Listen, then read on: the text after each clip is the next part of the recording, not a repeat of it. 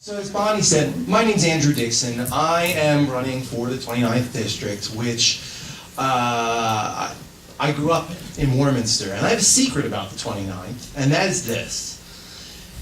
Before 2002, it lived near Pittsburgh. And because of gerrymandering, it had to move over to where it is now, here, where we live. And this is amazing to me, and in the entire time that it's lived here, the poor thing has never been represented by a Democrat, and I think that's a crying shame, I really do. So I think that this November, I would really like to be the first Democrat to represent the 29th and represent the people of our area. As I said, I grew up in Warminster. I moved down to the city of Philadelphia for a few years where I went to Temple University for graduate school. Exactly, go Owls. And I met my beautiful wife Anna there. And then when we wanted to start our family, we decided to move back to Bucks County, because where else would be better than beautiful Bucks County? So we're living in Warminster again. We have a beautiful son named Harlan. And when we moved back to the area, we made a pledge to each other that we were going to be the type of people to be involved in our community, because it was a great place for me to grow up, and we wanted to be active people in ensuring that it would be a wonderful place for our children to grow up. So to that end, I was initially, the first thing I did was I got appointed to be the chair of the Environmental Advisory Council in Warminster, which that experience taught me an awful lot about some of the environmental issues impacting our area.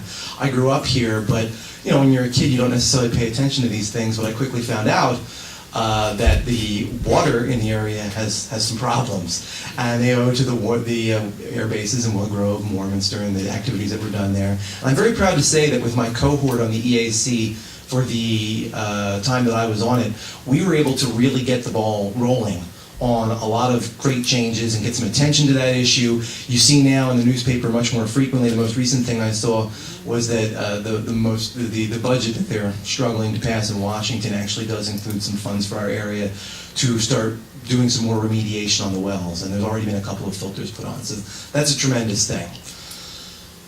After I was on the EAC, while I was on the EAC, I should say, I was asked to run for the school board in Centennial. And this makes sense because I come from a background where education was just a central part of my life growing up. My father was a teacher for over almost 50 years in the Catholic high school system. He actually finished his career at Archbishop Wood.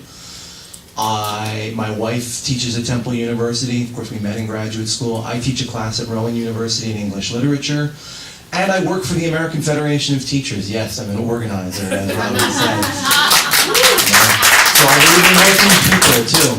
So when they asked me to run for school board, I happily accepted. I do serve on the Centennial School Board now, and I'm working with the administration of the district and with my fellows on the school board to make sure that the Centennial School District is the kind of district that people would be proud to send their kids to and will continue to be a great district.